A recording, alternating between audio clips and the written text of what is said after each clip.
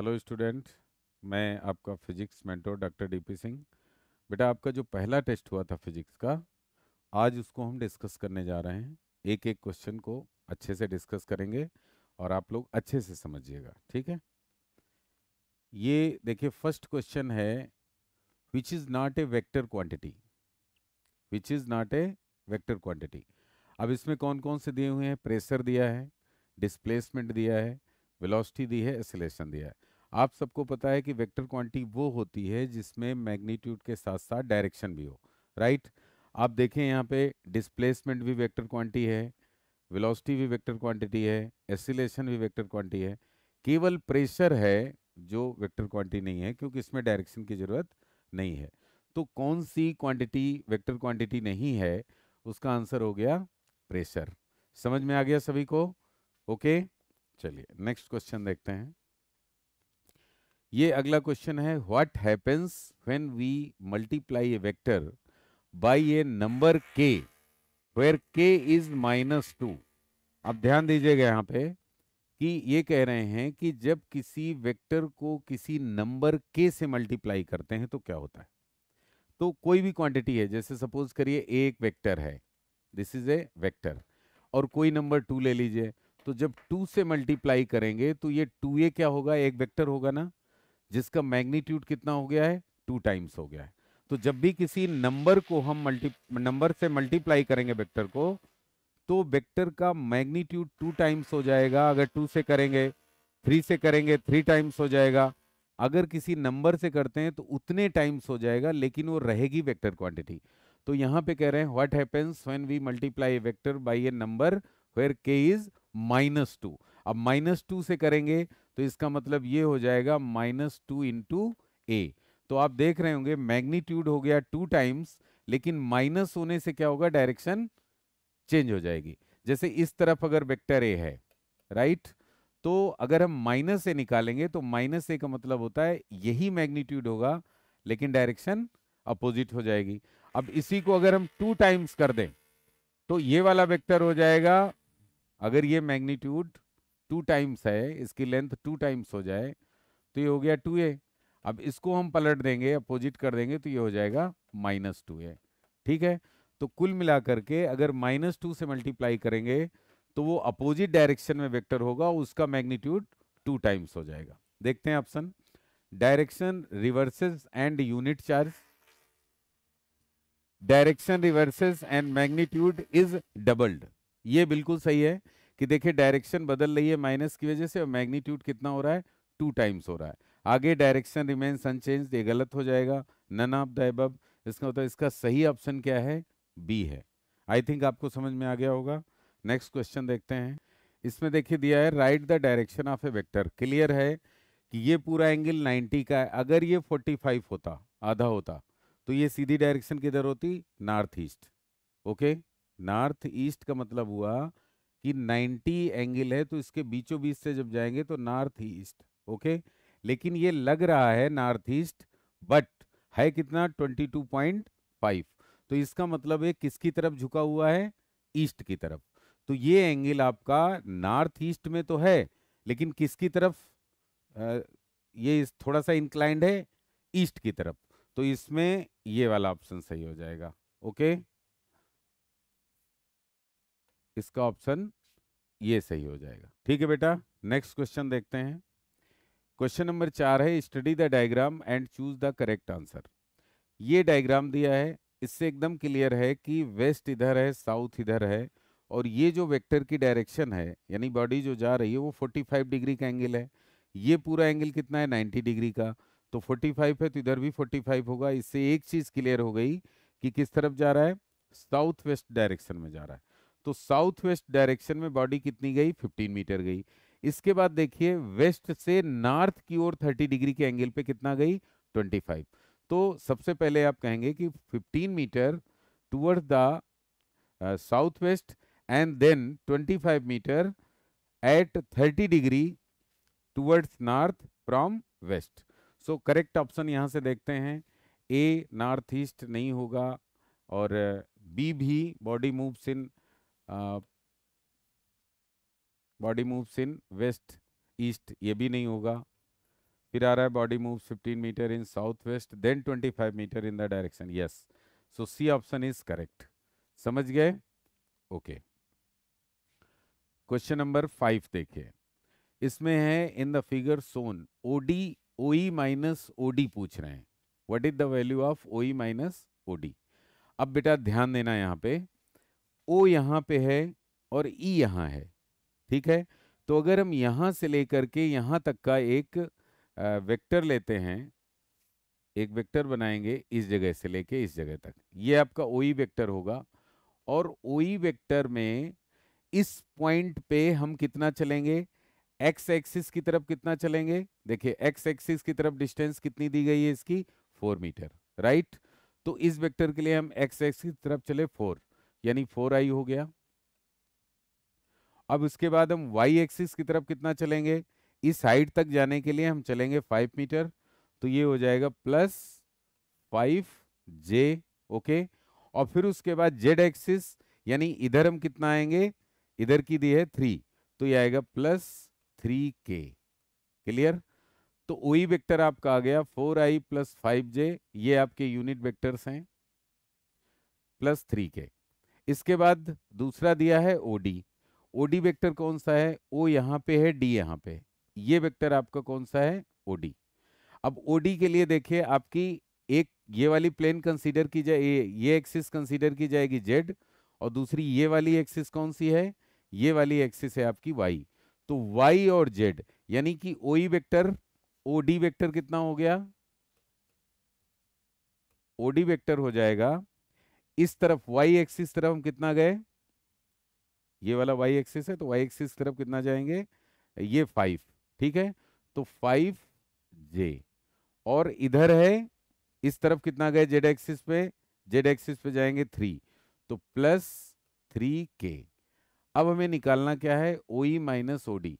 इस वेक्टर में इसको माइनस करेंगे तो आप देखिए 5j कैंसिल हो जाएगा और 3k कैंसिल हो जाएगा, जब ये माइनस हो जाएंगे तो आपका बचेगा क्या, 4i, यानी कि ओई माइनस ओडी की वैल्यू कितनी हो गई, 4i। So your answer is A, okay. Next question देखिए बेटा, in the figure shown the angle between A and B and C and A are respectively, आपको देखना है। तो सबसे पहले ए और बी का देखते हैं। देखिए जब भी दो वेक्टर के बीच में एंगल निकालना है तो सीधा तरीका होता है कि उनकी टेल को मिला दो, और उसमें जो छोटा एंगल होता है वही कंसीडर कर लिया जाता है। अब अगर दो वेक्टर ए और बी हैं तो इनके बीच का ये वाला एंगल कंसीडर किया जाएगा। तो अगर हमको सबसे पहले ए एंड बी का निकालना है, ए देखिए आपका इधर जा रहा है, ए इस तरफ जा रहा है, और बी वेक्टर आपका इधर जा रहा है। तो इधर जाने का मतलब है कि इस वेक्टर की टेल को हमें यहां लगाना पड़ेगा, राइट, तब जाके टेल मिलेगी। यानी ये एंगल जो बनना है ये होगा ए और बी के बीच का एंगल। तो अगर हम इसको यहीं रखें और इसको थोड़ा सा आगे बढ़ा दें और ये एंगल हम निकालें, तो this is the angle between A and B. अब ये एंगल निकालने का सबसे आसान तरीका क्या है कि पूरा एंगल आपका है 180 का, इसमें 37 माइनस कर दीजिए। तो 180 में जब आप 37 माइनस करेंगे तो यह आ जाएगा 341, यानी ए और बी के बीच का एंगल कितना हो गया, 143। अब आप थोड़ा सा अगर आपको मतलब दिमाग लगाएंगे, नीट के एग्जाम में क्या होता है, हमें टाइम बचाना होता है। तो अगर पूरा सॉल्व करेंगे तो आप कर भी सकते हैं, लेकिन अगर एग्जाम में आपको क्या करना है कि जिस सीक्वेंस में दिया है तो सबसे पहले 143 दिया है, अब 143 इसमें बाकी किसी में नहीं, तो आपको ये लगा देना है। बाकी ये तो आप घर में करके चेक कर सकते हैं, समझ गए ना। लेकिन यहाँ पे आप देख लीजिए, यहाँ तो आपको सॉल्व करा रहे हैं इसलिए पूरा बताएंगे, बट एग्जाम में आप ये ध्यान देना कि अगर ऑप्शन में आपका आंसर मिल जाए तो फिर टाइम वेस्ट नहीं करिएगा, ओके। दूसरा पूछ रहे हैं किसके बीच में, बी एंड सी के बीच में। तो बी और सी के बीच का एंगल तो सीधे सीधे देखो कि अगर इन दोनों को हम आगे बढ़ाएंगे, इसको इस डायरेक्शन में बढ़ा दें, इसको इस डायरेक्शन में बढ़ा दें, तो दोनों की टेल मिल गई। अब टेल के बीच का जो एंगल होगा वही होगा आपका दोनों वेक्टर के बीच का, और ये एंगल उतना ही होगा जितना ये है। तो ये 53 है तो ये भी कितना हो जाएगा, 53। तो देखिए दूसरा ऑप्शन भी मिल रहा है। अब आपका आता है तीसरा, जिसमें हम निकालेंगे किसके बीच का एंगल, सी एंड ए। अब देखिए सी इधर जा रहा है, ये डायरेक्शन किसकी है, सी की, और ए की डायरेक्शन किधर है, ए की डायरेक्शन है इधर। हमें सी और ए के बीच का एंगल निकालना है। अब सी ए के बीच का ये एंगल है, ये एंगल कितना होगा, तो आपको पता है तीनों एंगल का सम कितना होता है बेटा 180। ये दोनों कितने हैं, तो हम ऐड करते हैं, इस एंगल को निकालना है तो इन दोनों को पहले ऐड करें, तो 53 और प्लस इसका एंगल हो गया 37, ये टोटल मिलके हो गए 90 डिग्री। अगर ये दोनों मिलके 90 हैं तो ये कितना होगा 180 माइनस 90, यानी कि ये 90 डिग्री का होगा। ध्यान रहे ये 90 जैसा दिख नहीं रहा है लेकिन इनके बीच का एंगल 90 है। ठीक है, तो आप जल्दबाजी में ये ना सोचें, ये आपको बेवकूफ़ बनाने की कोशिश की जाती है। यहाँ आप ये ना सोचें कि ये तो 90 हो ही नहीं सकता, इन दोनों का सम करिए और 180 में इसको माइनस करिए और जो एंगल आएगा that is the angle between C and A. ठीक है, तो ये 90 डिग्री। इस तरीके से हमारा कौन सा ऑप्शन सही है, ए। आई थिंक आपको समझ में आ गया होगा। ठीक है बेटा, ये 5th क्वेश्चन समझ में आ गया आपको। Next question, in the figure shown the angle between A and B, B and C and B. तो ए और बी के बीच का एंगल आपको निकालना है। ए और बी के बीच का एंगल, ये देखिए ए है और ये है बी। बी को अगर हम आगे बढ़ा लें तो अब ये मान लें कि इसकी टेल यहाँ पे आ गई और दोनों की टेल के बीच का एंगल ही दो वेक्टर के बीच का एंगल माना जाता है। ये वेक्टर बी है, इसको यहाँ लिख देते हैं। ये एंगल 30 है तो ये एंगल भी 30 होगा और 30 30 कितना हो जाएगा 60। इसका मतलब ए और बी के बीच का एंगल कितना है 60। ये देखिए आप इस ऑप्शन को सही कर सकते हैं। ठीक है, बाकी आप इसको आगे छोड़ भी सकते हैं एग्जाम में। एक ऑप्शन मिल गया यहाँ से आपको पता चल गया सही है, बाकी किसी में पहला 60 नहीं है तो आप इसे सही कर सकते हैं। अब देखिए दूसरा कैसे निकालेंगे। दूसरा है दूसरा है आपका बी एंड सी के बीच में। बी तो आपका यही है और सी आपका हेड इधर है तो इसको ऐसे ले जाएंगे, ये सी हो गया। अब सी और बी के बीच का एंगल कितना है, ये पूरा एंगल माना जाएगा ना। देखिए यहां से यहां तक का कितना है 90 और ये कितना आपने निकाला 30, टोटल कितना हो गया 90 प्लस 30 120, ये 120 हो गया। तीसरा आपको निकालना है कि इसके बीच में सी और ए के बीच में। तो सी जैसा कि आप जानते हैं सी ए है और ए ये है, इनके बीच का एंगल कितना हो जाएगा, इधर का पूरा एंगल है 90, ये है 30, तो ये कितना हो गया 90 माइनस 30 60, ये देखिए 60 है। तो इस तरीके से इसमें कौन ऑप्शन सही है, सी ऑप्शन। समझ में आ गया होगा आपको। ओके बेटा, नेक्स्ट क्वेश्चन देखते हैं। ये क्वेश्चन है in the figure shown coordinate of a point A are. अब ए के कोऑर्डिनेट निकालने हैं तो सबसे आसान तरीका होता है कि ये मान लीजिए कोई, ये सपोज करो एक्स एक्सिस हो गई और ये वेक्टर दिया है आपका 10 मीटर का। ओके, एंगल कितना है, इट इज 37 डिग्री। तो हम क्या करेंगे कि इसका इधर वाला कंपोनेंट निकालना है और इसका इधर वाला कंपोनेंट निकालना है। और इन दोनों कंपोनेंट, ये एक्स एक्सिस में कितना चला और ये माइनस वाई डायरेक्शन में कितना चला, तो इसके लिए हमको इधर जब कंपोनेंट निकालेंगे तो आपको पता है किसी वेक्टर का मैग्नीट्यूड थीटा डायरेक्शन में क्या होता है। जैसे मान लीजिए कोई वेक्टर आर है और इसका थीटा डायरेक्शन में हम लोग मैग्नीट्यूड निकालें तो ये आ जाएगा आर कॉस थीटा। उसी तरीके से ये 10 है इसका मैग्नीट्यूड और x की डायरेक्शन में नहीं 37 डिग्री पे क्या हो जाएगा 10 cos 37, तो 10 cos 37, राइट। cos 37 की वैल्यू होती है 4/5, तो 5 2 जा 10, इसकी वैल्यू 8 आ गई। इसका मतलब यहां से यहां तक का कितना हो गया, ये 8 हो गया। अब ये वैल्यू कितनी होगी, इसी का जब इधर का कंपोनेंट निकालेंगे तो आएगा 10 sin 37, तो ये 10 sin 37। अब sin 37 की वैल्यू होती है 3/5, तो ये कितना आ गया 2 3 जा 6, लेकिन ये निगेटिव वाई डायरेक्शन में है इसलिए इसको हम कितना लेंगे -6 लेंगे।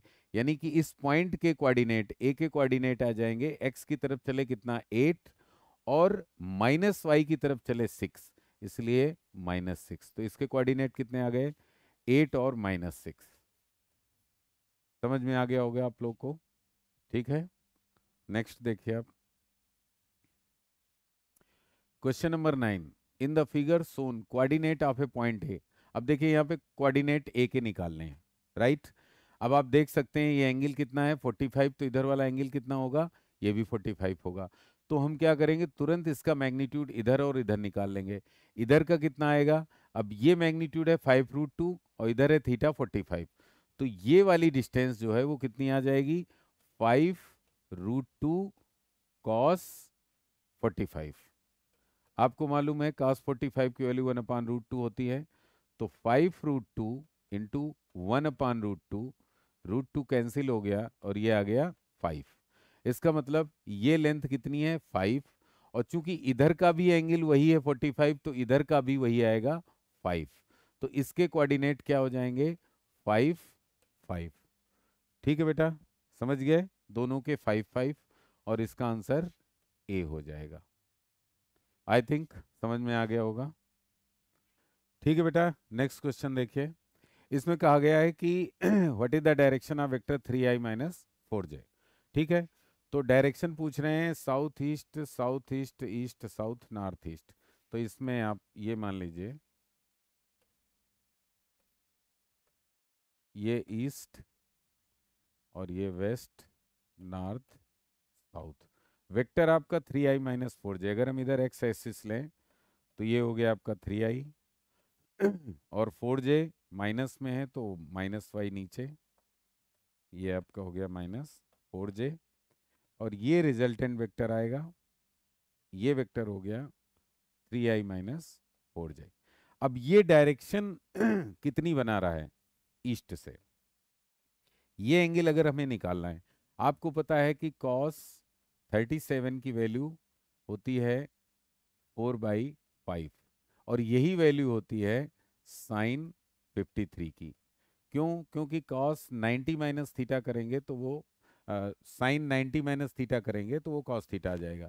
यहाँ पे अगर हम साइन 90 माइनस 53 करेंगे या 90 माइनस 37 करेंगे, तो 90 माइनस जैसे इसको हम करें तो इसको लिख सकते हैं साइन 90 माइनस 37 लिख सकते हैं ना। तो 90 माइनस थीटा क्या होगा, cos थीटा, तो यही आ जाएगा। तो इसका मतलब जो वैल्यू cos 37 की है वही साइन 53 की है। सिमिलरली जो वैल्यू साइन 37 की है वही वैल्यू होती है cos 53 की। ये चीज ध्यान रखिएगा। तो यहां पर हमें निकालना है एंगल। अब ये एंगल निकालना है तो ये वैल्यू यहां से यहां तक कितनी है, 4 है। अब ये 3 है तो पाइथागोरस से भी निकालेंगे तो 5 हो गई। अब अगर हम इसको निकालें कि साइन 30 साइन 53, तो साइन 53 क्या होगा, साइन 53 का मतलब हुआ परपेंडिकुलर अपान हाइपोटेनस, 4/5 हुआ। अगर ये एंगल कितना है 53 है तो, ठीक है, अगर ये एंगल 53 है तो ये कितना हुआ 4/5 हुआ। ये 4 है, ये 5 है, तो ये एंगल कितना हुआ 53। ठीक, तो अगर ईस्ट से हम देखें तो ईस्ट से कितना एंगल बनना है, 53 का बनना है। तो 53 साउथ ऑफ ईस्ट, ईस्ट से साउथ की ओर 53, तो ये आप ऑप्शन ए सही कर सकते हैं। ठीक है, क्वेश्चन नंबर 11 देखिए, विच ऑफ द फॉलोइंग इज और एक्सियल वेक्टर्स। बेटा एक्सियल वेक्टर हमेशा रोटेशनल मोशन में यूज होते हैं। एक्सियल वेक्टर वो होते हैं जिनका ना तो कोई आदि होता है ना अंत होता है। ध्यान देना, ये एक्सिस के लॉन्ग होते हैं। जैसे मान लीजिए कोई बॉडी रोटेट कर रही है, अब रोटेट कर रही तो किसी एक्सिस के अबाउट रोटेट करेगी। वो एक्सिस कहाँ से शुरू हो रही कहाँ तक जाएगी इसका कोई पता नहीं होता। तो axial vector are always along the rotational axis. तो जितने भी हैं एक्सिस के अराउंड रोटेट करने वाले फिजिकल क्वांटिटीज या टर्म, चाहे वो एंगुलर वेलोसिटी हो, चाहे वो एंगुलर डिस्प्लेसमेंट हो, चाहे वो टॉर्क हो, एटसेट्रा, एंगुलर मोमेंटम हो, वो सारे एक्सियल वेक्टर होते हैं। तो इसमें कह रहे हैं which of the following are axial vectors. तो अब इसमें एक्सियल वेक्टर सारे कौन से हो गए, हमारे ख्याल से एंगुलर के अलावा कोई है ही नहीं, केवल एक ही है, क्योंकि ये नहीं है, फोर्स नहीं है, तो एक्सियल वेक्टर आपका कौन सा हो गया? Angular velocity. ठीक है, समझ गए? नेक्स्ट है बेटा, अब ये सब्जेक्टिव हैं, बहुत आसानी से समझ में आएंगे। जैसे the direction of angular displacement, अब एंगुलर डिस्प्लेसमेंट की डायरेक्शन क्या होगी? That is along the axial vector, axial vector के अलोंग होगी। तो ऑलवेज इन एंटी क्लॉकवाइज कोई मतलब नहीं है, इन क्लॉकवाइज कोई मतलब नहीं, may be in anti clock कोई मतलब नहीं, always along the axis of rotation. So your correct option is D. Next देखिए, which of the following is not an axial vector? अब कौन एक्सियल वेक्टर नहीं है? एंगुलर वेलोसिटी एक्सियल वेक्टर है, torque है, और एंगुलर मोमेंटम, एंगुलर इंपल्स है। तो इसका मतलब कौन नहीं है? ये वाला नहीं है। तो इसके लिए करेक्ट ऑप्शन कौन सा हो गया? सी हो गया। नेक्स्ट देखें, if a vector is displaced parallel to itself and length remains unchanged, कह रहे हैं कि कोई भी वेक्टर पैरेलल टू इटसेल्फ, उसी की पैरेलल डायरेक्शन में डिस्प्लेस किया जाता है। जैसे देखिए ये वेक्टर है, अगर इसको यहां से उठा के हम आगे ले जाएं, यानी किसी के पैरेलल ले जाएं, पैरेलल डिस्प्लेस करें, ठीक है, साइड में भी कर दे तो पैरेलल ही रहे, तो इस केस में हम ना तो इसका मैग्नीट्यूड बदल रहे हैं और ना ही इसकी डायरेक्शन बदल रहे हैं, मतलब वो वेक्टर चेंज ही नहीं हो रहा। ठीक है, तो इसका मतलब ये हुआ कि vector does not change. Option A is correct. If a vector is displaced parallel to itself and length remains unchange, length नहीं बदल रही है, इसका मतलब वो वेक्टर चेंज हो ही नहीं रहा है, क्योंकि डायरेक्शन तो वैसे भी नहीं बदल रही। बाकी सारे ऑप्शंस गलत हो जाएंगे। ठीक है, क्वेश्चन नंबर 15, इसमें है कि in a vector, if a vector is rotated about its tail through an angle 60 degree as सोन।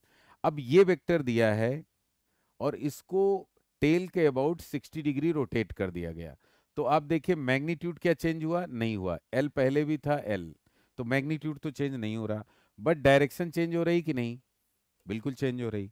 तो किसी भी वेक्टर में चाहे मैग्नीट्यूड चेंज हो चाहे डायरेक्शन, या दोनों, चाहे मैग्नीट्यूड चेंज हो या डायरेक्शन चेंज हो या दोनों ही चेंज हो जाएं, तो ये मान लिया जाता है वेक्टर चेंज हो गया। तो इसमें डायरेक्शन चेंज हो रही है, भले ही मैग्नीट्यूड नहीं चेंज हो रहा, तो ये मान लिया जाएगा कि इसमें ये वेक्टर चेंज हो रहा है। तो आपका सही आंसर क्या होगा? पहला तो वेक्टर डज नॉट चेंज गलत हो गया, both magnitude and direction changes ये भी गलत है, ओनली डायरेक्शन रिमेन्स कांस्टेंट गलत है, वेक्टर चेंजेस ये सही है, क्योंकि वेक्टर चेंज हो रहा है। ओके, ओके बेटा। नेक्स्ट क्वेश्चन, इसमें देखिए कह रहे हैं if a vector is rotated by an angle 6p about its tail, नहीं ये 6p नहीं है, इसको आप लोग 6 पाई कर लीजिएगा। 6 पाई टेल के अबाउट रोटेट होता है, तो क्या चेंजेज होंगे? अब बेटा एक चीज देखो, अगर कोई भी वेक्टर पूरा रोटेट हो जाए टेल के अबाउट, तो कितना माना जाता है? 2 पाई। एक बार और तो कितना हो गया? 4 पाई। एक बार और तो 6 पाई। और आप जब 3 बार रोटेट होगा तो 6 पाई रोटेट हो चुका होगा और वापस उसी डायरेक्शन में आ जाएगा, तो ना तो इसका मैग्नीट्यूड चेंज होगा ना ही डायरेक्शन। तो इसका आंसर आएगा vector does not change. Okay, so A option correct होगा। नेक्स्ट है 17, इसमें दे रहे हैं study the diagram and choose the correct answers. ये थोड़ा सा दिमाग लगाने वाला है। इसमें एक चीज तो देखिए कि जैसे एल है ए वेक्टर की लेंथ और एल ही है सी वेक्टर की लेंथ, लेकिन ये अपोजिट है, तो इसका मतलब क्या हुआ कि ए और सी के मैग्नीट्यूड बराबर हैं लेकिन डायरेक्शन सेम नहीं है। लेकिन ए और सी का इधर कोई रिलेशन नहीं दिया है, इधर डी और ए का दिया है, डी और सी का दिया है, बी और ए का दिया है, तो हम डी और सी और डी और ए पे कंसंट्रेट करते हैं। चलिए, तो ए वेक्टर है आपका इस तरफ कितना है? एल लेंथ का है। और डी वेक्टर अगर देखें तो अपोजिट डायरेक्शन में कितना है? 2l। ये कितना है बेटा? 2l। तो इसका मतलब हुआ डी का मैग्नीट्यूड ए के मैग्नीट्यूड का 2 टाइम्स है। तो मैग्नीट्यूड हम ऐसे लिख सकते हैं D is equal to 2a। Correct, ये 2l कह सकते हैं यहाँ पे।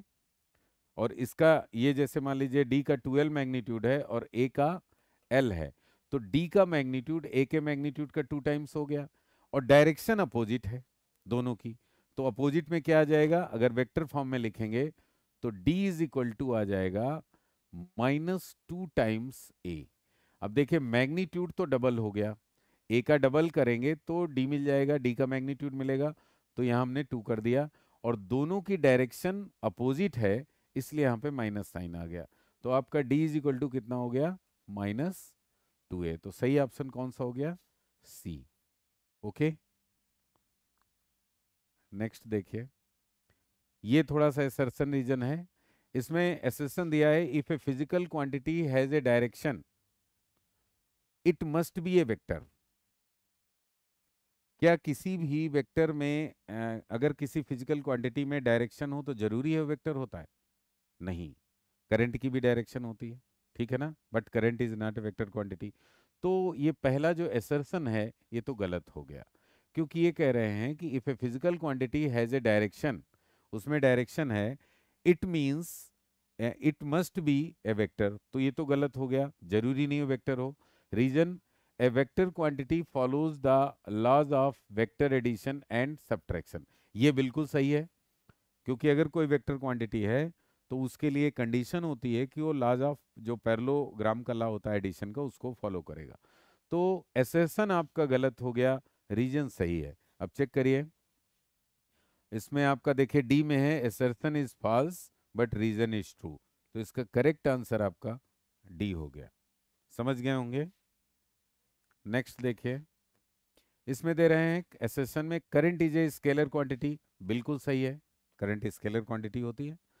और इसमें दे रहे हैं कि does not follow the vector law of addition and subtraction, और ये जब स्केलर क्वांटिटी है तो जाहिर सी बात है कि वेक्टर के पैरेललोग्राम लॉ को एडिशन का जो लॉ होता है उसको फॉलो नहीं करेगी।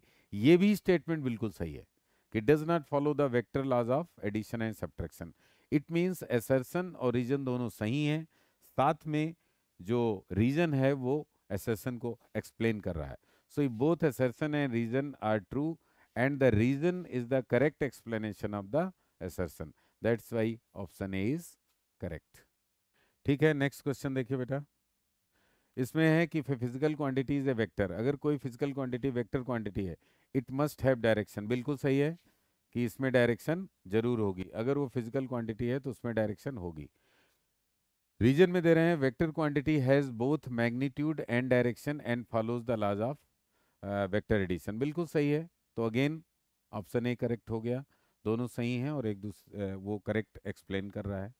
नेक्स्ट क्वेश्चन आपका, choose the quantity which is not a universal vector, जो यूनिवर्सल वेक्टर नहीं है। देखिए एसिलेशन हमेशा वेक्टर क्वांटिटी है, डिस्प्लेसमेंट है, फोर्स है, एरिया आपका हमेशा नहीं लिया जाता। जब हम इलेक्ट्रिक फ्लक्स या मैग्नेटिक फ्लक्स पढ़ते हैं तो उस समय एरिया को वेक्टर क्वांटिटी की तरह ट्रीट करेंगे, otherwise it is treated as a scalar quantity, तो ये यूनिवर्सल वेक्टर नहीं है। ठीक है बेटा, तो आपका इसमें सी ऑप्शन सही हो जाएगा। Next, the direction of A vector is, अब इसमें इस वेक्टर की डायरेक्शन पूछ रहे हैं, east of north, north of east. अब चेक कर लेते हैं हम लोग, अगेन ये देखिए अगर एंगल हम कंसीडर करें थीटा, तो यहाँ ये 3 है, 5 है, तो ये 4 होगा। अगर हम इसको कॉस लें तो कॉस में आ जाएगा 3/5, और 3/5 कॉस में होता है 53 का, तो 53 नॉर्थ ऑफ ईस्ट, तो ये ऑप्शन सही हो गया बी, क्योंकि यहाँ पे 3/5 वैल्यू होती है कॉस की 53 में, यानी कॉस 53 की वैल्यू होती है 3/5, और कॉस 37 की वैल्यू होती है, ये आप लोग याद भी कर लीजिएगा। इसी तरीके से साइन 37 की वैल्यू हो जाएगी 3/5, और कॉस सॉरी साइन 53 की वैल्यू हो जाएगी 4/5। तो अगर हम इसमें देखें कि अगर हम इसको कॉस के हिसाब से देखें तो कॉस होता है बेस अपॉन हाइपोटेनस, 3/5 आ रहा है, तो 3/5 आ रहा है, इसका मतलब ये कॉस 53 की वैल्यू है, तो ये 53 हो गया। अब 53 है किधर से, नॉर्थ की ओर है, कहाँ से, ईस्ट से, तो 53 नॉर्थ ऑफ ईस्ट, तो ये ऑप्शन सही हो जाएगा। समझ गए, कर लेंगे आप लोग इसे। Question number 23, the direction of vector is again. अब यहाँ देखिए ये 5 है और ये 5 है, दोनों सेम है, तो जाहिर सी बात है कि दो साइड सेम होती हैं। अगर कोई राइट एंगल ट्रायंगल है, दो साइड सेम है, तो एंगल कितना होता है 45 का। तो ये भी 45 हो गया और ये भी 45 हो गया। तो ये सीधे सीधे हम लोग कह सकते हैं नॉर्थ ईस्ट।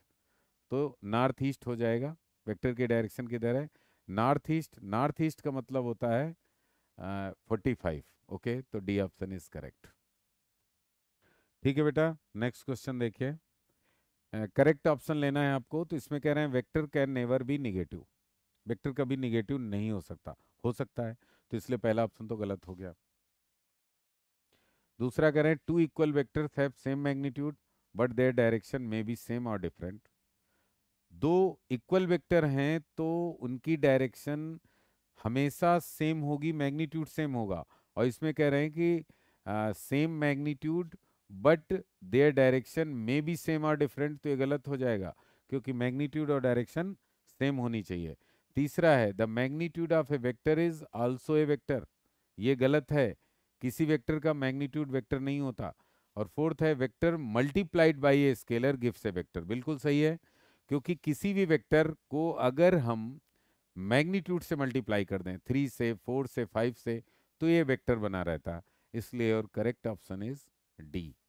और ये क्वेश्चन है 25, इसमें दिया है कि A plus B is equal to 0, then ध्यान दीजिए दो वेक्टर का सम 0 है, तो A is greater than B, हम कंफर्म नहीं है इस पे कि मैग्नीट्यूड ए का बी से ज्यादा हो, कहीं नहीं सकते हैं, क्योंकि दो वेक्टर का अगर सम है तो 0 तब होगा अगर दोनों का मैग्नीट्यूड सेम है, तो जस्ट अपोजिट होने चाहिए, तब हो सकता है। अगर ये ज्यादा है ए का मैग्नीट्यूड बी का, तो फिर एंगल कंसीडर करना पड़ेगा। A and B have same direction, हो ही नहीं सकता, अगर ए बी सेम डायरेक्शन में है तो 0 नहीं होगा। A is greater than B, magnitude of A B से ज्यादा होगा, तो 0 आ ही नहीं सकता चाहे वेक्टर अपोजिट हो। A and B have opposite direction and equal magnitude, ये बिल्कुल सही है। कि देखिए यहां से सीधे आप ऐसे कर सकते हैं कि जब A plus B is equal to 0, तो यहां आप लिख सकते हैं ए इज इक्वल टू, उधर जाएगा माइनस बी। यहां से क्लियर हो रहा है कि ये दोनों वेक्टर बराबर हैं लेकिन डायरेक्शन अपोजिट है। और इस केस में अगर दोनों का मैग्नीट्यूड सेम है तो उनका रिजल्टेंट 0 हो जाएगा। तो ये कह रहे हैं कि A and B have opposite direction, बिल्कुल सही है, एंड इक्वल मैग्नीट्यूड, और दोनों का मैग्नीट्यूड सेम है, तो रिजल्टेंट आपका 0 आना है। So your correct option is D. ठीक है, तो नेक्स्ट क्वेश्चन है according to the adjacent graph which one of the following option is correct. देखिए यहाँ से टॉपिक चेंज हो रहा है। अब इसमें ग्राफ का स्लोप कैसा है, पॉजिटिव या निगेटिव, कांस्टेंट है कि नहीं, वेरिएबल है, कैसा है। एक चीज दिमाग में रखिए आप लोग कि जैसे ये एक्स एक्सिस है और ये वाई एक्सिस है, ठीक है, और ये बेटा नीचे जाएंगे तो ये माइनस वाई एक्सिस हो जाएगी और इधर जाएंगे तो माइनस एक्स हो जाएगी।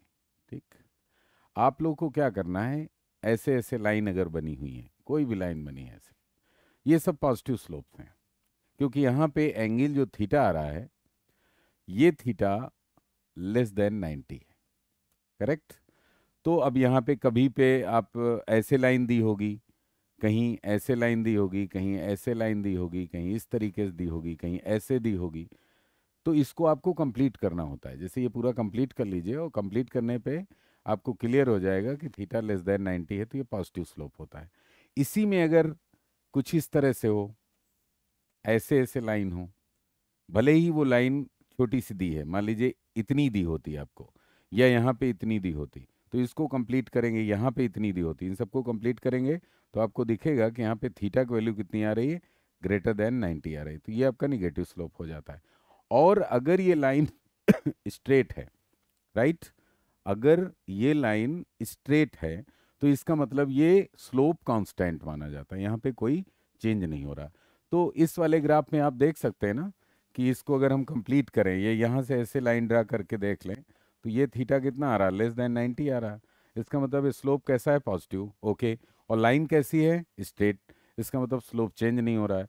तो जो स्लोप यानी dy बाई डी एक्स की वैल्यू है वो पॉजिटिव होगी और साथ में कांस्टेंट होगी, इसलिए ऑप्शन ए इज करेक्ट। ठीक है, नेक्स्ट क्वेश्चन। इसमें कह रहे हैं विच one of the following option is correct. अब देख लीजिए यहाँ पे दो पार्ट में इसको करिए, ये हो गए दो पार्ट। अब इस ये यहाँ पे स्ट्रेट लाइन नहीं है, इसका मतलब इसका स्लोप चेंज हो रहा है। स्लोप चेंज हो रहा है तो उसको स्लोप निकालने का तरीका क्या होता है? अब हमें कैसे पता चले कि इंक्रीज कर रहा है या डिक्रीज कर रहा है? तो हम दो पॉइंट कंसीडर करेंगे। ठीक है बेटा, दो पॉइंट हमने कंसीडर कर लिया नीचे वाले में। पहले इस पॉइंट पे एक टेंजेंट ड्रा करेंगे, जैसे इस पॉइंट पे एक टेंजेंट ड्रा करेंगे। टेंजेंट आप जानते हैं ना, और इसको हम पीछे अगर लाएंगे तो यहाँ मिलाएंगे तो ये एंगल जो बनेगा वो इसके स्लोप में tan of this angle is equal to slope of this curve. और यहाँ पे जब टेंजेंट ड्रा करेंगे तो ये देखिए हो रही है। तो आप समझ सकते हैं कि पहले स्लोप कम है और बाद में स्लोप बढ़ गया। तो इतना पोर्शन क्या बता रहा है? इतना पोर्शन बता रहा है कि इसका जो स्लोप है वो ग्रेजुअली इंक्रीज कर रहा है। ठीक है, तो पहले स्लोप बढ़ रहा है। दूसरे पार्ट में आते हैं। अगर ये दूसरे पार्ट को हम अलग बना के देख लें, ऐसे है, तो यहाँ पे पहला पॉइंट ये है, दूसरा ये मान लीजिए, यहाँ पे स्लोप ऐसे बनाएंगे और यहाँ का ये दो टेंजेंट हम ड्रा कर देंगे। अब यहाँ का एंगल ज़्यादा है तो इसका मतलब टेन थीटा ज़्यादा है, और टेन थीटा ज़्यादा है तो स्लोप ज़्यादा होगा। तो यहाँ पहले स्लोप ज़्यादा है, बाद में कम हो गया, तो ये डिक्रीजिंग का है। तो पहले ये इंक्रीज हो रहा है और फिर ये डिक्रीज हो रहा है, यानी d Y by D x पहले केस में क्या हुआ? इंक्रीज हुआ और फिर डिक्रीज हुआ। तो first increases and then decreases. So again your A option is correct. अब इस क्वेश्चन में आप देख लीजिए, अब ये आप समझ गए होंगे। यहाँ पे पहले पॉइंट लीजिए दो, इसका स्लोप ज़्यादा है, इसका कम है, तो यहाँ पे डिक्रीज कर रहा है। और इसमें लेंगे तो यहाँ का स्लोप कम है और यहाँ का ज़्यादा है, तो यहाँ इंक्रीज कर रहा है। तो इसमें पहले डिक्रीज कर रहा है, ठीक है, पहले डिक्रीज कर रहा फिर इंक्रीज कर रहा है। फर्स्ट डिक्रीजेस देन इंक्रीजेस, ये डी ऑप्शन सही हो गया। ओके, अब इसमें देखिए आ गया कि इसमें एडजेसेंट ग्राफ में वन ऑफ द ऑप्शन। अब इसमें ये लाइन बनी है, आपको कुछ नहीं करना है, बस ऐसे ऐसे इसी पे बना देना है। हमने क्या बताया था, जब ऐसे बनाएंगे तो ये स्लोप कितना आ रहा है, ये टेन थीटा की वैल्यू क्या आ रही? देखिए इसमें थीटा क्या है, लेस देन 90, तो कौन सा स्लोप हुआ? पॉजिटिव हुआ। और चूंकि स्ट्रेट लाइन है तो ये कांस्टेंट होगा, तो स्लोप हो गया पॉजिटिव और कांस्टेंट। स्लोप होता है D Y by D X, तो D Y by D x is positive and constant. Option A is correct. Okay, समझ रहे हैं ना बेटा? आसान है, समझ सकते हैं आप। नेक्स्ट, अब इसमें देखो, इसमें आप बता सकते हो इसमें adjacent graph which of the following is correct.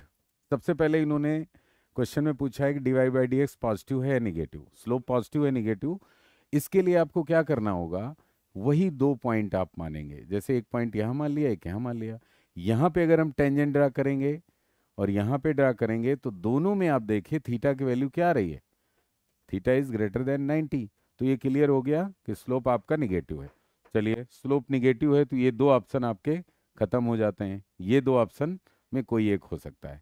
अब d Y by D x increase कर रहा है डिक्रीज, तो पहले वाले में देखिए, इस वाले में आप देखेंगे तो ये वाले में स्लोप कम है, यानी थीटा की वैल्यू कम है, और दूसरे वाले में देखेंगे तो थीटा की वैल्यू ज़्यादा है। ठीक है, मतलब ये स्लोप ज़्यादा दिख रहा है आपको और ये कम दिख रहा है, तो इसका मतलब पहले कम है, ज़्यादा है, इसका मतलब स्लोप इंक्रीज कर रहा है। तो D Y by D x negative है और जो उसका मैग्नीट्यूड है वो इंक्रीज कर रहा है, तो your first option is correct. ठीक है, ये हम लोग इधर से क्यों लिए इसको समझ लीजिए। एक्चुअली जब हम x की वैल्यू लेंगे तो इधर जाएंगे ना, तो पहले x की वैल्यू ये पड़ेगी और बाद में इस पॉइंट की पड़ेगी। तो पहले आप देखेंगे स्लोप कम है और फिर दूसरे नंबर वाला ज़्यादा है। ठीक है, तो पहले कम है दूसरा ज़्यादा है, इसलिए हमने कहा कि पहले कम है और ज़्यादा है, तो इसका मतलब इंक्रीज कर रहा है, and that's why A option is correct. Clear? Next, अब इसमें बेटा देखो, इस क्वेश्चन में इसमें आप ध्यान से देखें तो दो बने हुए हैं। इस वाले में, इस वाले में ये जो पॉइंट है, इस पॉइंट पे अगर आप टेंजेंट ड्रा करेंगे तो ये पैरेलल आएगा, इसके पैरेलल आएगा। यहाँ पे D s upon d T, जैसे हम वाई एक्सिस में एस लिए हैं और इधर एक्स की डायरेक्शन में टी लिए हैं, तो जो d Y by D x होता था स्लोप, अब यहाँ पे वो स्लोप क्या माना जाएगा, ds अपान dt। ठीक है, तो ये लाइन पैरेलल है। पैरेलल का मतलब होता है यहाँ पे स्लोप जीरो। t की वैल्यू बढ़ाने पर हर जगह पे देखो s की वैल्यू में कोई चेंज नहीं हो रहा, हर जगह s की वैल्यू वही। इसका मतलब s t के साथ नहीं बदल रहा है। इस पॉइंट की बात कर रहे हैं हम। अगर इस पॉइंट को कंसीडर करके स्ट्रेट लाइन बनाएं तो इस पॉइंट पर s की वैल्यू जो है वो t से इंडिपेंडेंट है, अगर हम इसको कंप्लीट करके देखें तो। अभी आप इसको ना देखिएगा। तो इस पॉइंट पे डी एस की वैल्यू टी पे डिपेंड नहीं कर रही, कांस्टेंट है। तो d s upon d T की वैल्यू क्या आ जाएगी, जीरो। इसका मतलब यहाँ पे स्लोप क्या है, जीरो। तो इस पॉइंट पे तो स्लोप जीरो हो गया। अब स्लोप जीरो क्या होता है, एस अगर डिस्प्लेसमेंट है तो d s upon d t क्या होगी, velocity. v is equal to क्या होता है, d s upon d t. ठीक है, तो d s upon d t zero मतलब वेलोसिटी क्या हो गई, जीरो। देखो बेटा, अगर हम इस तरफ जाते हैं, ठीक है, कोई पॉइंट ले लेते हैं और अगर हम इस पे टेंजेंट ड्रा करते हैं तो स्लोप आपका कैसा आता है, पॉजिटिव, क्योंकि यहाँ थीटा इज लेस देन 90 है। ओके, अगर हम इस तरफ जाते हैं तो टेंजेंट लेते हैं, अब इसका थीटा आ रहा है ग्रेटर देन 90, तो यहाँ पे स्लोप क्या हो जाएगा, निगेटिव। तो एक तरफ स्लोप मतलब डी एस अपान डी टी यानी वेलोसिटी, एक तरफ वेलोसिटी पॉजिटिव है और एक तरफ वेलोसिटी निगेटिव है। इसका मतलब इस पॉइंट के इधर या इधर जाने पे वेलोसिटी चेंज होगी। तो ये ऑप्शन पूरी तरीके से सही हो गया, change the direction. Velocity plus से माइनस होने का मतलब, velocity is a vector quantity और प्लस में है और माइनस में जा रही है, तो इसका मतलब उसकी डायरेक्शन चेंज हो रही है। आई थिंक समझ गए होंगे। नेक्स्ट क्वेश्चन, अब सेम क्वेश्चन है, उसमें भी वही है, बस फर्क क्या आ जाएगा कि इस जगह पे अगर हम स्लोप लेंगे तो पॉजिटिव, इधर का निगेटिव। तो इस पॉइंट के बाद वेलोसिटी चेंज होगी, और इस पॉइंट पे अगर हम इस पॉइंट को देखेंगे तो इस पॉइंट पे अगर टेंजेंट ड्रा करते हैं और ये टी के पैरेलल है, इसका मतलब स्लोप चेंज नहीं हो रहा है, कांस्टेंट है। तो वेलोसिटी कांस्ट यहाँ पे इस जगह पे स्लोप अगर डी एस, जैसे सपोज करिए कि इस पॉइंट पे अगर जैसे उसमें हमने लिया था कि D s upon d T की वैल्यू क्या रही, ज़ीरो, तो ये v होती है, तो इस पॉइंट पे v ज़ीरो हो गई और इसके इधर और इधर वेलोसिटी चेंज हो रही है। ठीक है, डायरेक्शन चेंज कर रही। तो अगेन आपका ऑप्शन डी सही हो गया। Okay, next question. अब बेटा इसमें आप कर सकते हो, बस क्या करना है, इस लाइन को पूरा कर लो और ये देखो थीटा इज ग्रेटर देन 90, तो थीटा सॉरी ग्रेटर देन 90, इसका मतलब निगेटिव स्लोप हो गया, और स्ट्रेट लाइन है तो constant, so D Y by D x is negative and constant, so option B is correct. Next, इसमें भी आप बता सकते हैं, अगेन आप इसको अगर पूरा कर दें ऐसे तो सेम है, थीटा इज ग्रेटर देन 90 यानी स्लोप आपका निगेटिव है, स्ट्रेट लाइन है तो ये कांस्टेंट हो जाएगा। तो इसका मतलब d Y by D x is negative and constant, so option B is correct. समझ रहे हैं। नेक्स्ट क्वेश्चन, फिर देखिए इसी तरह क्वेश्चन आ गया एक। अब इसमें भी आप आसानी से कह सकते हैं कि जैसे इस जगह पे आएंगे तो आपका स्लोप ऐसे होगा, इस जगह पे और थोड़ा सा और इधर आएंगे तो ये स्लोप ऐसे हो जाएगा। तो दोनों केसेस में निगेटिव स्लोप है ना। तो D Y by D x की वैल्यू तो निगेटिव हो गई। इसके बाद इस पॉइंट में एक्स जैसे जैसे बढ़ रहा है तो इस जगह पे स्लोप ज़्यादा था, इस जगह पे स्लोप कम हो रहा है।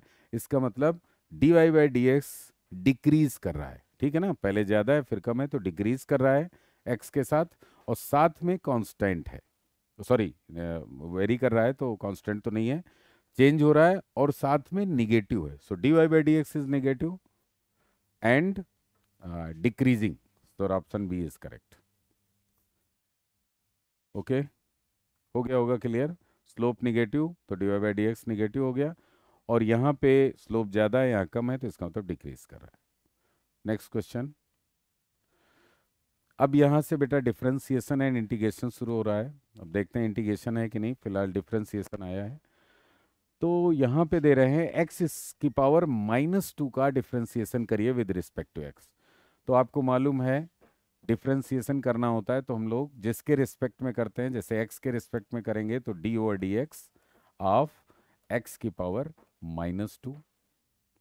अब इसमें हम अगर इसको करेंगे तो इसमें फार्मूला लगाएंगे, ये आपको याद होगा, D over D x of x की पावर एन का फार्मूला होता है एन एक्स की पावर एन माइनस वन।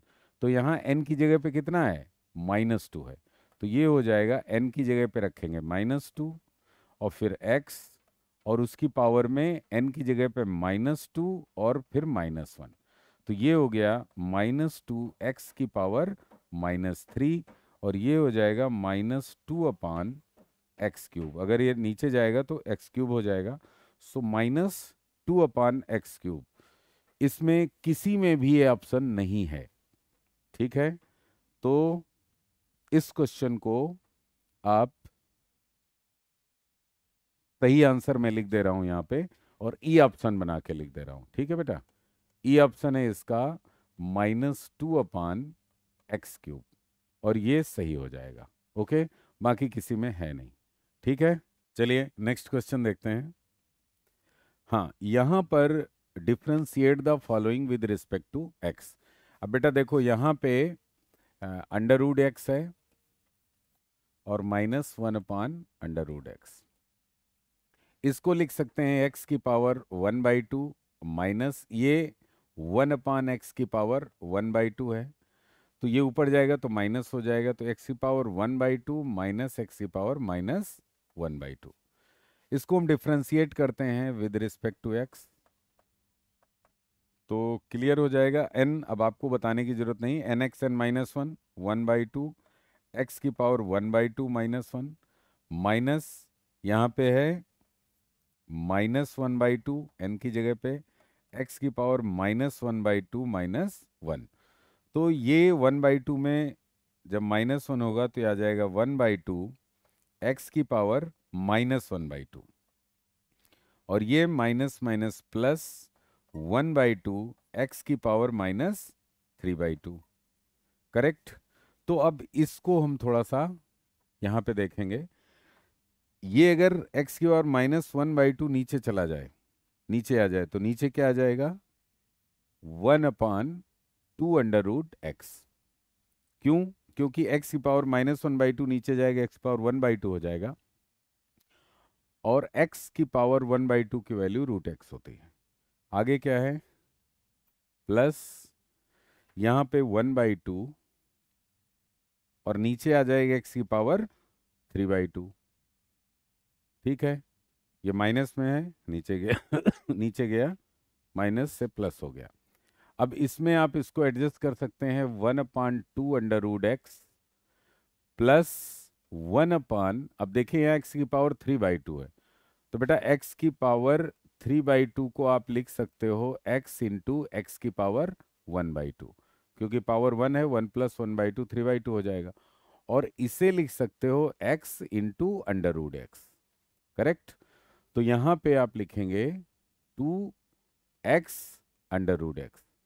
अब इन दोनों में कॉमन कितना आ गया, 1/2 अंडर रूट एक्स कॉमन आ गया, अंदर बचेगा 1 प्लस इधर क्या बचेगा 1/x, तो 1 1/2 अंडर रूट एक्स और 1 + 1/x है कोई ऑप्शन। चलिए और सिंप्लीफाई करते हैं, तो ये आ जाएगा 1/2 अंडर रूट एक्स, और यहाँ आ जाएगा x + 1/x। देखते हैं कहाँ पे है, 1/2 root x, x + 1/x, your A option is correct, ठीक है। Next question, differentiate the following. अब यहाँ पे आपका जो टर्म है जिसे डिफ्रेंशिएट करना है वो है 3x की पावर 5/2। बहुत आसान है, D over D x of 3x की पावर 5/2। अब अगर कांस्टेंट अकेला होता तो इसका डिफ्रेंसिएशन 0 होता, लेकिन साथ में वेरिएबल है, तो इस कांस्टेंट को हम बाहर कर लेते हैं और इसको लिख सकते हैं 3d over D x of x की पावर 5/, दिस इज 3। अब यहाँ x की पावर 5/2 है, तो n की वैल्यू कितनी है 5/2, n x n-1, यानी 5/2 -1, और ये आ जाएगा 3 5/2, और 5/2 में 1 गया तो 3/2, यानी x की पावर 3/2 आ गया। तो ये 3 5 15/2, दिस इज 15/2 x की पावर 3/2। देखते हैं कहीं है 15/2 x की पावर 3/2। जी हाँ, डी ऑप्शन करेक्ट है इसका। ओके, नेक्स्ट है बेटा x साइन nx। अब यहाँ पे आपका जो टर्म है जिसे डिफ्रेंशिएट करना है वो है d/dx of x sign nx। देखिए यहाँ पे दो टर्म हो गए, एक फंक्शन है आपका x और दूसरा है साइन nx। इसमें आपको फार्मूला बताया गया होगा कि जब दो टर्म होते हैं तो फार्मूला होता है फर्स्ट फंक्शन और डिफरेंशिएशन ऑफ सेकेंड, यानी d/dx of sine nx plus second function sine nx और डिफरेंशिएशन ऑफ फर्स्ट यानी x। इसमें हमने x को फर्स्ट फंक्शन मान लिया है और साइन nx को सेकेंड फंक्शन मान लिया है। ओके, तो अब यहाँ पे आ जाएगा x और साइन nx, साइन थीटा का या साइन x का क्या होता है कॉस x, तो साइन nx का हो जाएगा कॉस nx। और फिर nx का कितना होगा, x वेरिएबल है, n कांस्टेंट है, तो x का तो 1 हो जाएगा और इसका n बाहर आ जाएगा, तो इनटू n करेंगे, वो n हम यहाँ पे लगा देते हैं। तो इसका हो गया, इतने पोर्शन का आंसर आ गया, इतने पोर्शन का आंसर आ गया nx cos nx प्लस, अब यहाँ देखिए साइन nx, nx और x का x के रिस्पेक्ट में 1 होता है तो इंटू 1 करेंगे तो वही आएगा। तो इसका आ गया बेटा nx cos nx plus sine nx। Check करते हैं अब, sine nx plus nx cos nx, nx cos nx plus sine nx, तो your B option is correct. Next question है, अब इसको आपको डिफरेंशिएट करना है, तो d/dx ऑफ 2/3x प्लस 1। देखो इसमें तो 2 कांस्टेंट है, बाहर आ जाएगा और अंदर बचेगा d/dx ऑफ 1/3x प्लस 1। इसका इसी तरीके से जैसे आपका 1/x का डिफरेंशिएशन क्या होता है, 1/x का होगा -1/x²। इसको ऊपर ले जाएंगे, -1 होगा, फिर nx n -1 करेंगे तो -1 x की पावर -1। तो अब देखिए इसको, जैसे 1/x अगर होता तो कितना आता, x की पावर -1 ऊपर जाता, तो ये होता d/dx ऑफ x की पावर -1 और फिर हम nx n -1 लगाएंगे, nx n -1 यानी -1 x की पावर -2 और ये आ जाता -1/x²। तो ठीक इसी तरीके से ये 1/x के फॉर्म में है, ठीक है।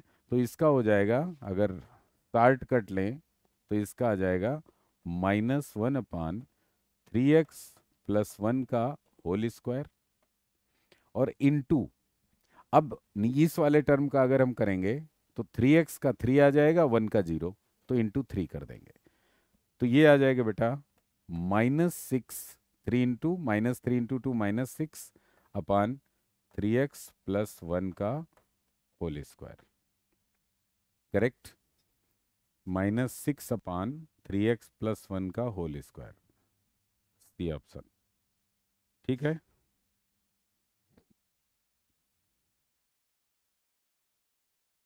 41, इसमें क्या है tan³ x, तो d/dx of tan³ x।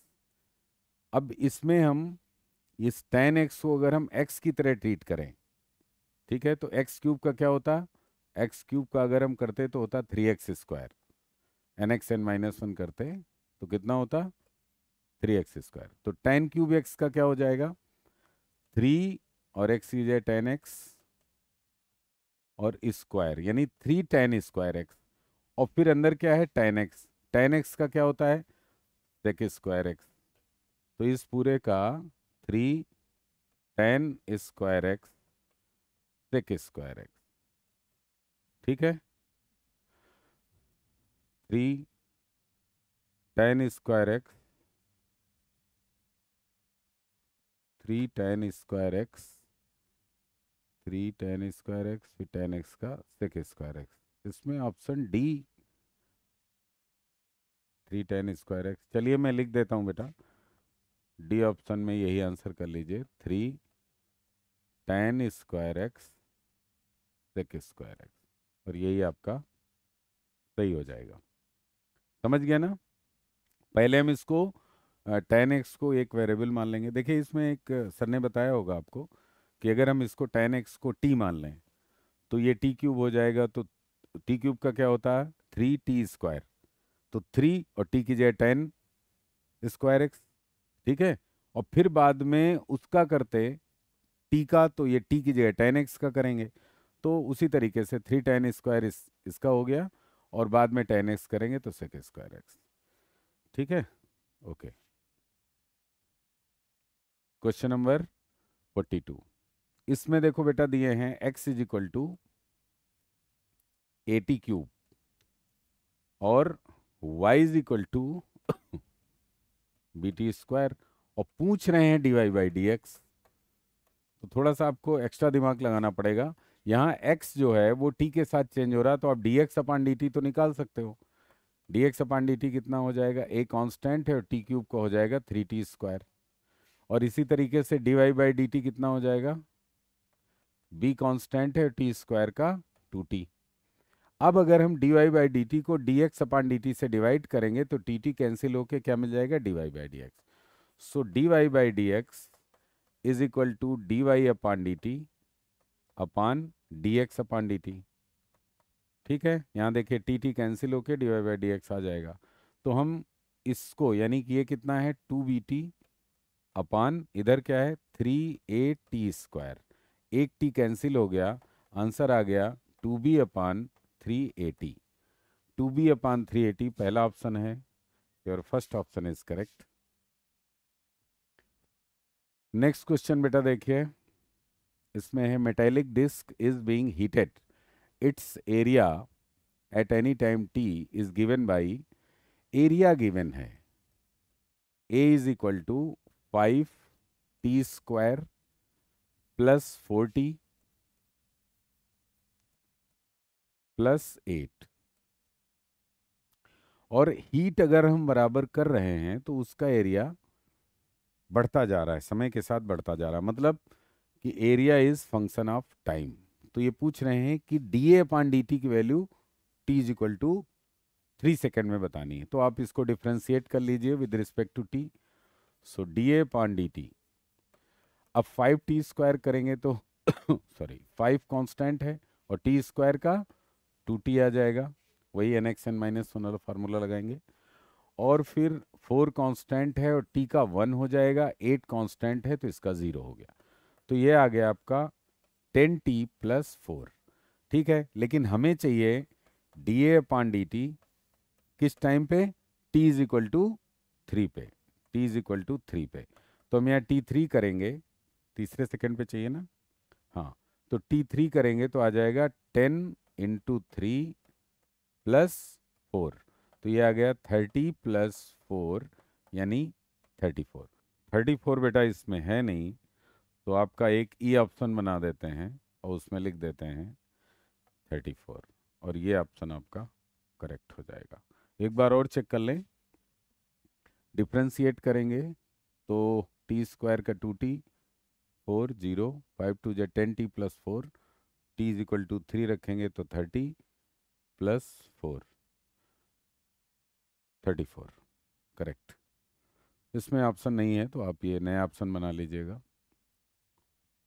Next question, इसमें डिफ्रेंशिएट करना है विद रिस्पेक्ट टू x, किसको, 1 अपान एक्स क्यूब को। सिंपल है बेटा, D over D x of 1 upon x cube, अब ये आ जाएगा D over D x of, इसको ऊपर ले जाएंगे x पावर -3 और यहाँ पे n x n minus one, यानी -3 x की power -3 -1। So this is -3 x की पावर -4, यानी -3/x की पावर 4। सो -3/x की पावर 4 बी में है, ये करेक्ट हो गया।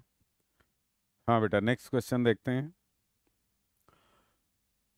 इसमें डिफ्रेंशिएट करना है आपको 7x की पावर 5/x+3। देखो d/dx ऑफ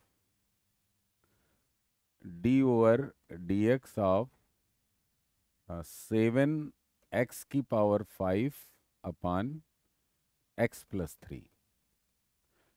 इसके मल्टीप्लिकेशन का भी तरीका है, डिवीजन का भी है।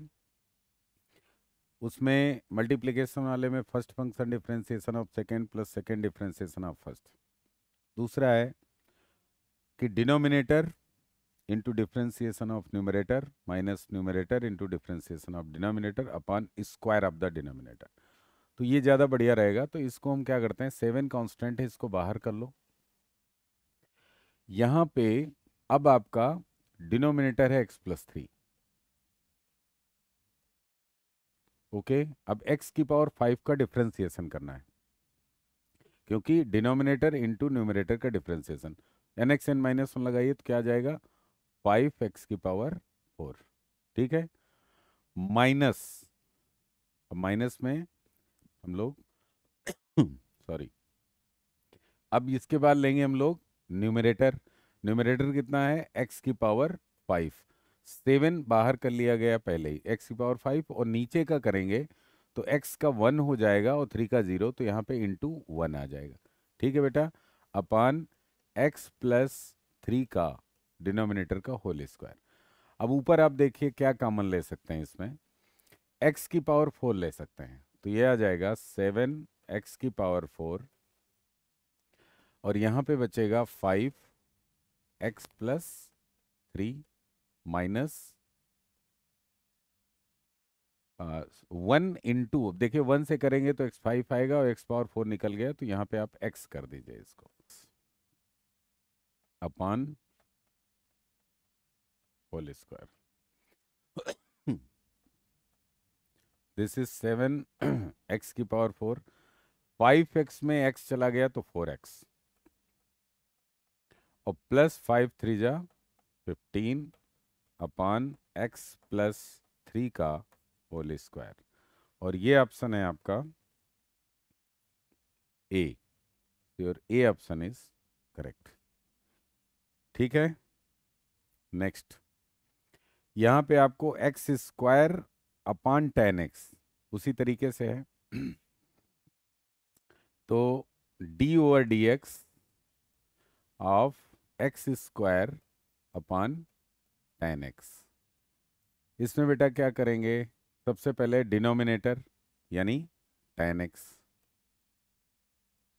और न्यूमरेटर का डिफरेंशिएशन यानी into 2x, minus x² into 10x का क्या होगा, sec² x अपान इसका स्क्वायर यानी 10² x। तो ये आपका आ जाएगा 2x 10x minus x² sec² x अपान 10² x। अगर इस फॉर्म में है तो ठीक है, नहीं तो फिर चेंज करते हैं। नहीं है तो अब क्या करेंगे, देखो 10² x से दोनों तरफ डिवाइड करेंगे, इसको भी अलग करेंगे तो 10x कैंसिल होके यहाँ जाएगा 2x अपान 10x माइनस x², अब ये sec² x है, और 10² x ऊपर जाएगा तो हो जाएगा cot² x, और यहाँ ऊपर जाएगा तो cot x, 2x cot x minus x² sec² x into cot² x का है कोई ऑप्शन, 2x cot x, ये है 2x cot x minus x² sec² x, x² sec² x, और cos है cosec² x। ओके, तो इसको चेंज कर लेते हैं, कॉट ये सेक स्क्वायर एक्स को बेटा क्या कर सकते हैं, सेक स्क्वायर एक्स को कर सकते हैं 1 कॉस स्क्वायर एक्स, और कॉट स्क्वायर एक्स को कर सकते हैं cos square x upon sine square x. तो ये कैंसिल हो जाएगा, 1/sin square x cosec square x हो जाएगा।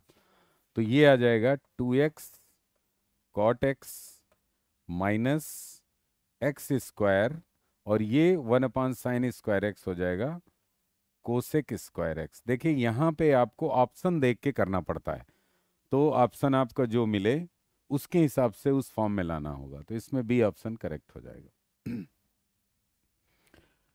नेक्स्ट क्वेश्चन है कि differentiate the following with respect to, और डिफ्रेंशिएट किसको करना है, पाई स्क्वायर को। तो आपको मालूम है कि पाई एक कांस्टेंट है, तो कांस्टेंट का स्क्वायर कांस्टेंट, और इसका डिफ्रेंशिएशन हमेशा 0। तो ये सी ऑप्शन करेक्ट हो गया। नेक्स्ट है, अब यहाँ पे आपको डिफ्रेंशिएट करना है 1/x+2। ये भी देखिए हम पहले बता चुके हैं आपको, d/dx ऑफ 1/x+2 को अगर करेंगे तो ये 1/x के फॉर्म में है, तो इसका हो जाएगा -1/x+2 का होल स्क्वायर, और x+2 का करेंगे तो x का 1, 2 का 0, तो इंटू 1 करेंगे तो सेम आंसर आएगा -1/x+2 का whole square. And your correct answer is D. D इसका सही है, ठीक है। Question number 49, x sine n x, इस तरह का एक पीछे कर चुके हैं आप। इसमें आप एक को फर्स्ट फंक्शन मानेंगे और दूसरे को सेकंड। तो ये साइन एन एक्स, ये फर्स्ट फंक्शन है, सेकंड फंक्शन है, इसको हमने फर्स्ट मान लिया, इसको सेकंड मान लिया।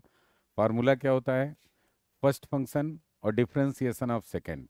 तो साइन एक्स का होता है कॉस एक्स, तो कॉस एन एक्स, और फिर एन एक्स का एक्स का 1 हो जाएगा, एन बचेगा तो इंटू एन, वो एन हम बाहर कर लेते हैं ऐसे, प्लस सेकेंड फंक्शन यानी साइन एन एक्स, और एक्स का 1 होगा तो इसको हम 1 से मल्टीप्लाई कर दें। तो ये आपका आंसर आ गया sine n x plus n x cos n x, n x cos n x, sine n x plus n x cos n x. ये बी ऑप्शन आपका करेक्ट है, ठीक है बेटा। और this is your 50th and last question. इसमें आपको इसको डिफ्रेंशिएट करना है 2/3x+1 को। So d/dx of 2/3x+1, right. तो अगेन वही 1/x के फॉर्म में जाएंगे, तो 2 तो कांस्टेंट है, और 1/x का होता है -1/x², यानी 3x + 1 का स्क्वायर होगा। और इसमें फिर जब इसका करेंगे तो 3 कांस्टेंट, x का 1 इंटू 3 आ जाएगा, 1 0 होगा।